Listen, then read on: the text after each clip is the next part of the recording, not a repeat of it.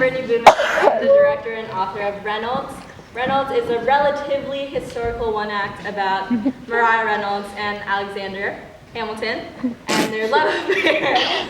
So when I was writing this, my main goal was to explore the theme of blame in the context of adultery, abuse, and really history in general.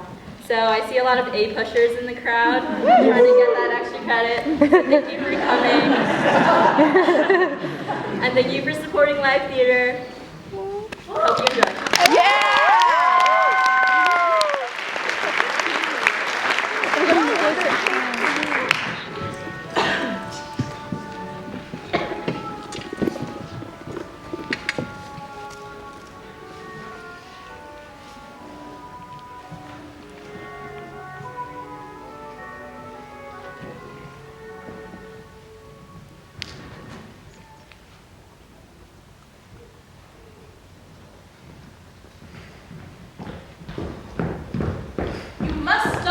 Stop what? Stop stealing the pensions of Revolutionary War soldiers. You are taken from the hands that fought for our independence. What am I meant to do, Mariah? Do I not speak concisely? You are meant to stop. Stop supporting you and our son. Stop cheating people out of their earnings. This is my job, Mariah. You are bound to get caught. I assure you that won't happen. And when it does? It won't. Ha! Have you finished? Whether you are caught or not, it is immoral to take what is not ours. You disgrace me and Peter. Are you insinuating that I am a poor father? I insinuate nothing. You take from my words what you will. Forgive me, Mariah. It was my mistake to have chosen so low a woman to wife. Peter, come join your father. You're scaring him, James. Have you no compassion for your wife or son? Peter, come join your father. Peter, do not go to him. As you so adamantly refuse my generosity, I trust you can find your own means of living. Do not wait around for us. You cannot think I'd be okay with you taking our son. He's my son, Mariah. Please do not take him. Would you rather him starve with the likes of you? I'd rather him starve than become what you are. Get out of my way. I refuse. Step aside now. Fine. That's what I thought. If you must leave, do quicker. Spare me your presence. Peter, be good. I love you.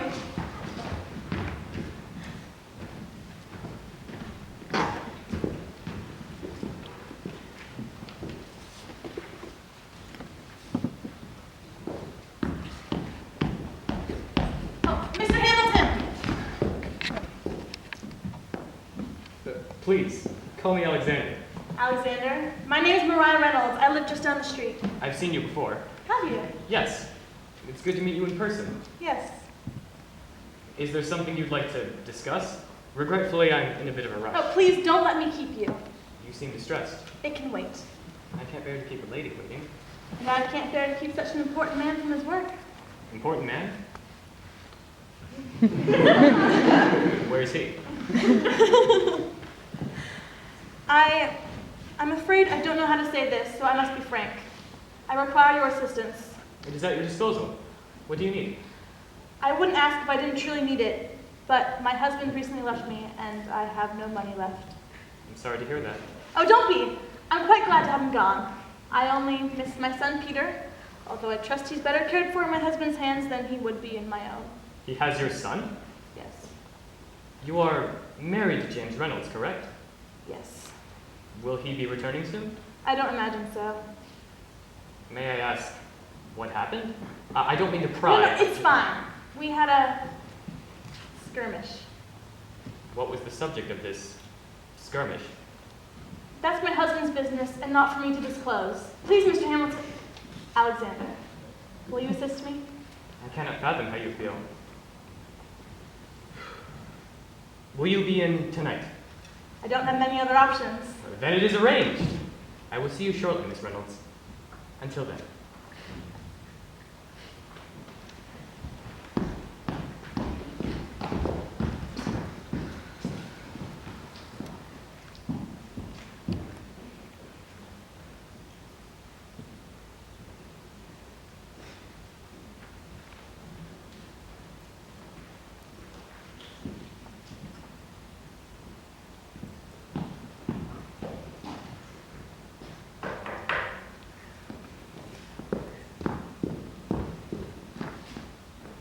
Hello, Miss Reynolds? Mariah. came only to give you this, No, I insist. Will you do me the honor of providing me company? if you will have me. How was your work? I'm a secretary of treasure in a country burdened with revolutionary war debt. It's rocky at best. Oh, I can imagine. No nation will trust us until we meet our monetary obligations. The obvious answer is to have the federal government assume state debt. We secure foreign investment, jumpstart private business, and voila, our economy ceases to hang by a thread. You are so wise. After today, your support is good to hear. Thank God someone has some sense. You would not believe the opposition Thomas Jefferson is handing me. My full faith is in your decided course of action. Thomas is a fool if he does not recognize your expertise. Well, thank you, Mariah. But I digress. There is $30. I apologize for the amount. It's all I have. But if you need more... No, you are too kind. Here I am, a poor woman, and Mr. Alexander Hamilton has the graciousness to help me. Really, it's my pleasure to assist in any way I can. I confess, it has been hard to live without the support of my husband for so long, and to be away from my son. I admit, I have some understanding. You?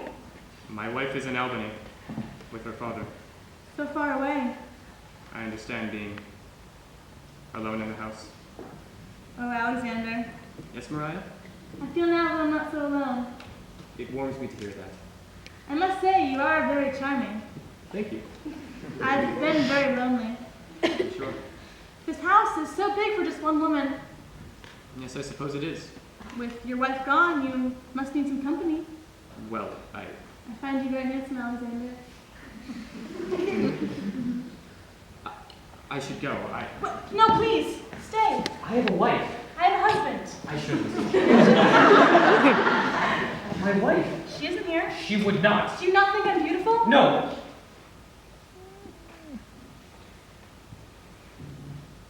You are very much so. You wish to help me, correct? Yes? Then help me.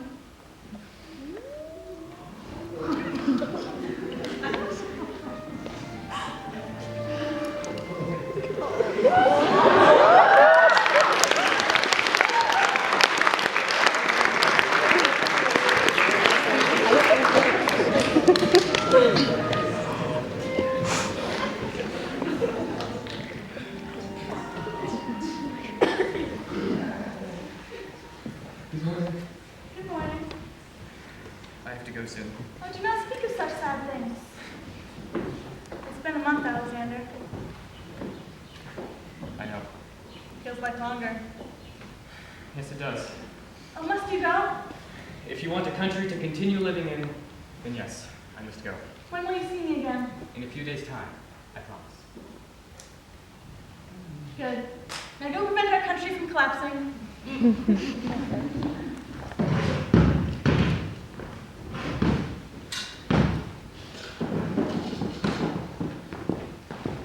I have a letter for you, sir. From the one Maria Reynolds and the one James Reynolds. One James. Here you are.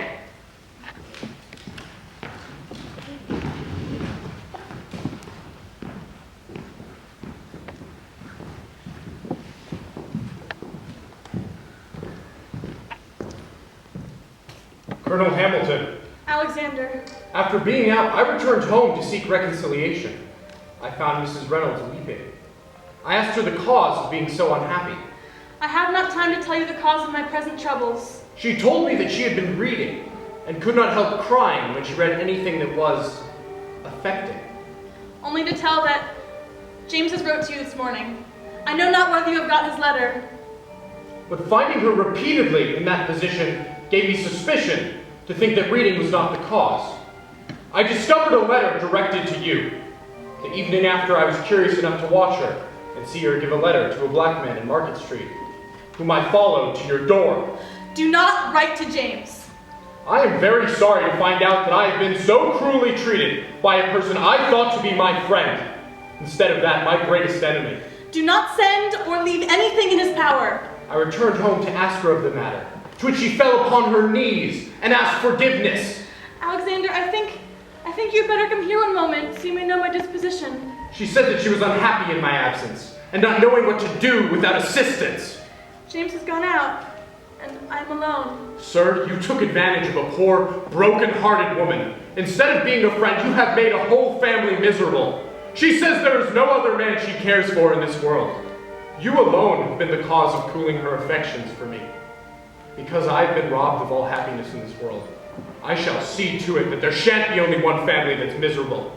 Come soon, and you'll better know how to act. Think of my position and reflect one moment. If you knew such of your wife, would you not have satisfaction? He has swore that if you do not answer, if he does not see or hear from you today, he will write Mrs. Hamilton. And so if one day passes, I will. God, Alexander, I feel more for you than myself and wish I had never been born to give you so much unhappiness. I have this proposal to make you. Send me the sum of $1,000 and I will leave the town with my son, and leave her with you to do as you see proper. If you have the least esteem for unhappy Mireya, you will come as soon as you shall get this. Remember, there is no one person that yet knows of anything. I long to see you. I am yours. Son, From Mireya. James Reynolds.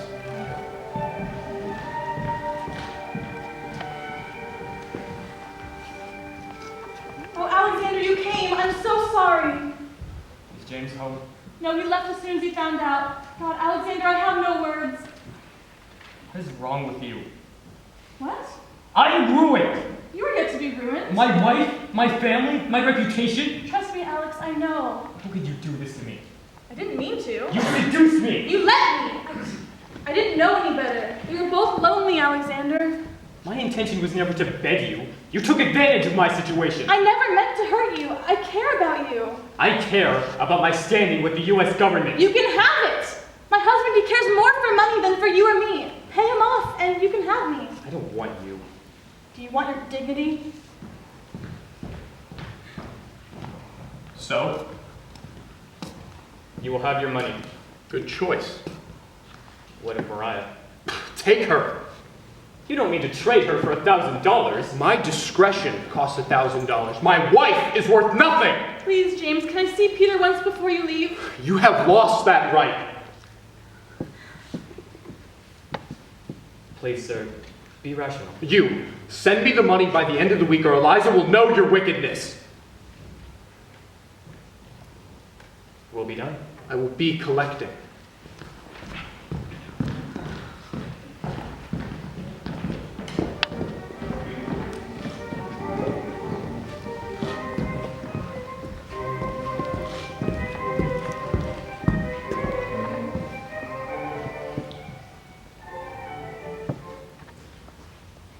I, Thomas Jefferson, have ever been opposed to Alexander Hamilton. I believe him desirous of introducing into our government the blatant, uncivil disregard of the national will. He continues to consume and oppress the people with labor and poverty. My first grievance is that of the necessary and proper clause Secretary Hamilton cited in his subjugation of Congress.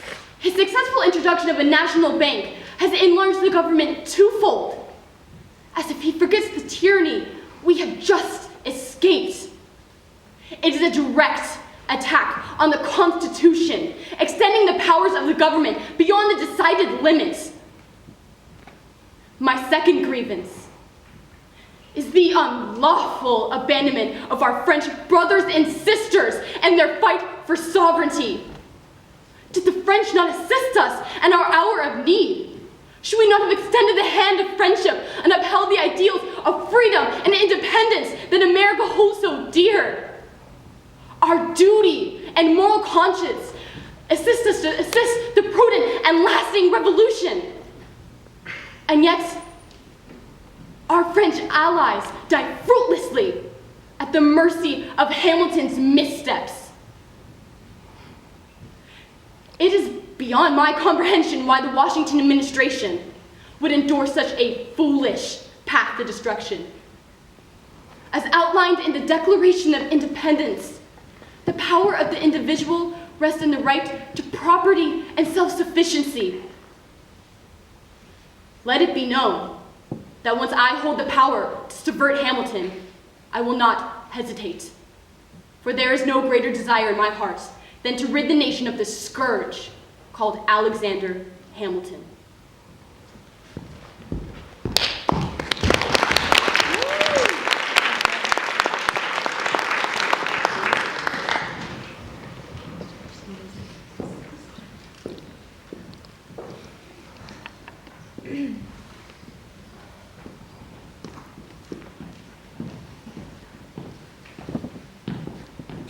I find myself much better at present now that you are here. I've arrived. Why have you called upon me with such urgency? James is no longer an issue come between us. What? I scarce believe my senses, but it is true. He's been jailed, Alexander.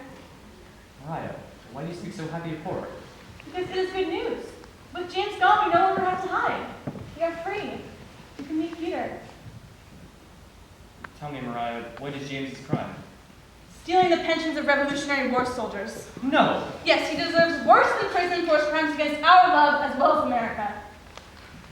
Mariah, you don't mean that. He is your husband. Why are you not happy? Why should I be happy? I thought you'd be glad for his absence. I am. He asks for your help. What? He requests that you bail him from prison. Why me? James and I are common in that we both believe kindly in your favor. But I beg of you, do not do it. If he asks, I have no choice. I must. Alexander, take no action and we can be together. Please note that I am not disposed to help anyone who treats you poorly. Rather, I am cautious that my discontinuation in friendship will lead to James's exposure to the both of us. But he cannot harm you from prison. As for me, I care not how the public views me as long as my Alexander is near. I cannot lead you to believe that this affair can continue. As long as we are connected, it is unwise to make an enemy of James. But Alex, I love you. Is that the truth? How can it not be? I have a wife, who I love. Who is gone? She leaves your bed cold, and I only wish to warn you. Nevertheless, I am firm this time. Eliza's name has suffered enough from my actions. You would not leave me. I will not let James make himself a cuckold. Where is he being held? Do not hurt me like this. You cannot seduce me, Mariah. A selfless man like yourself cannot bear to leave a woman in my position. You are vile. That sounds like a compliment coming from your mouth. Mariah, please. Alex, I know you well, and you care for me as I care for you. Please, Mariah. If you help James, I will never speak to you again. Mariah! I will regard you worse than he. Mariah! Promise me you won't help him. I promise. Thank you, Alexander.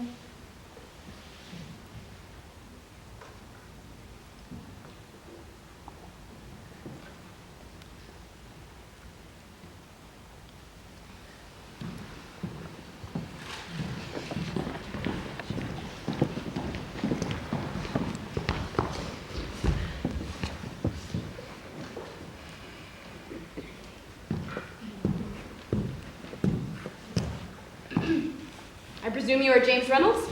Yes, unfortunately. I'm ashamed you must meet for the first time in such distasteful circumstances. It is rare that I associate myself with criminals, but I understand you pulled many favors to have an audience with me. Quite true. You're a very popular man, Mr. Jefferson. However, I believe this meeting will be beneficial for the both of us. As I understand it, you have a bit of a dislike for Alexander Hamilton? Yes, me as well. Perhaps I told you how to end his entire political career in one swift motion. Well, then we would be good friends. I need you to trust me, Thomas. I would not call you here if I did not have good reason. Do you agree to pay my bail if I disclose Alexander's greatest wrongdoing? Tell me and we shall see. Fair. You will not be disappointed. You know Eliza Schuyler, correct? Yes, Alexander's wife. Why? Imagine her grief when Alexander's year-long affair is published in the public eye. No. Yes. How do you know this? His mistress is my wife. Have you kept solid evidence against him? Plenty. I have letters. I have payments. Manipulated evidence can suggest guilt of both adultery and speculation. Well, you have proven very valuable, James. I will keep my end of the bargain.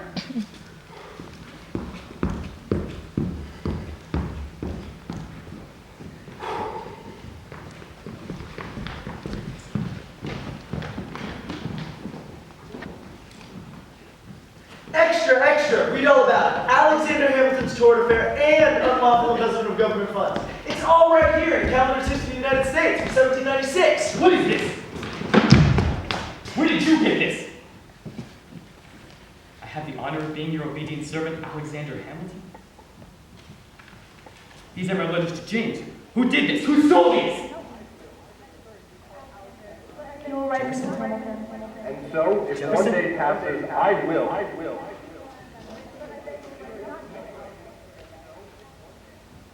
But Alex, I love you.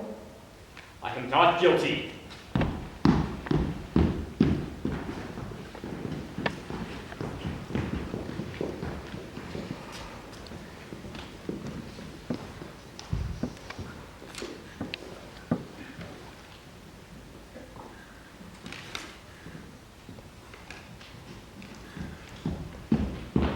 How dare you! It wasn't me, Alexander. I should have never trusted you.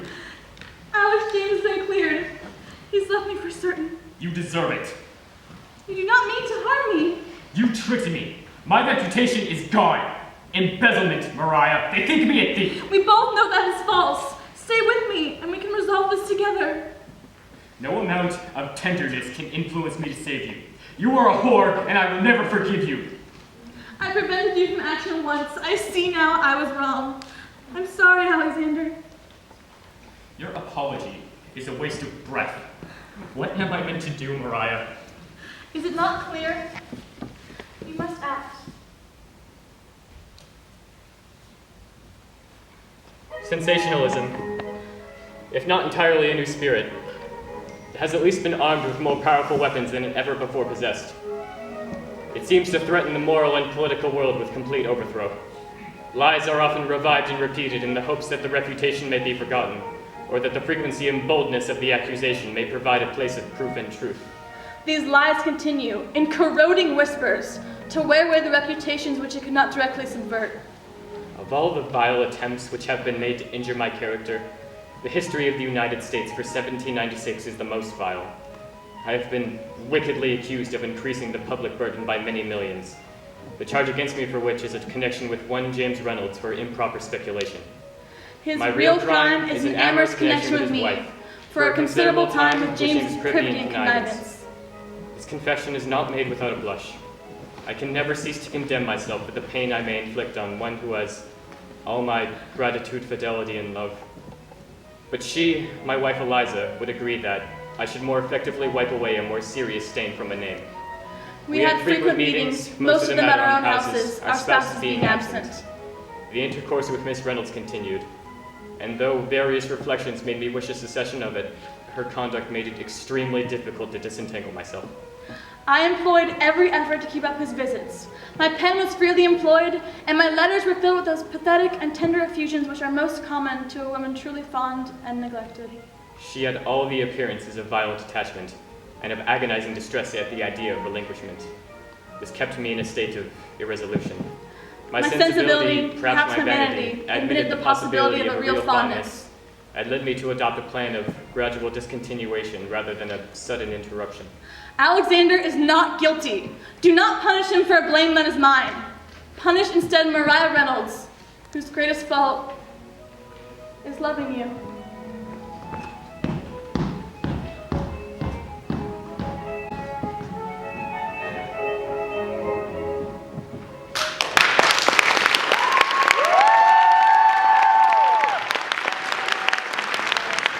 Go Britney!